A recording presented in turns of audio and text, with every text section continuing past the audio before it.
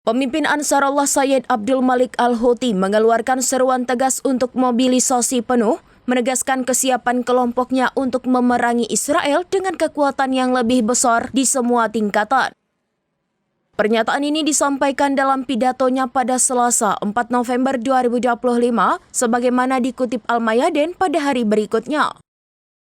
Al-Houthi menekankan bahwa Yaman telah muncul dari babak terakhir ini lebih kuat dari sebelumnya dan menyerukan para pendukungnya untuk mempersiapkan konfrontasi berikutnya melawan Israel dan pihak yang berkolaborasi.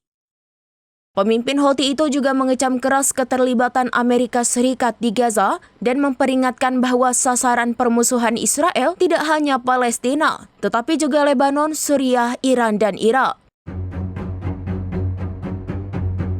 Download Tribun X sekarang, menghadirkan lokal menjadi Indonesia.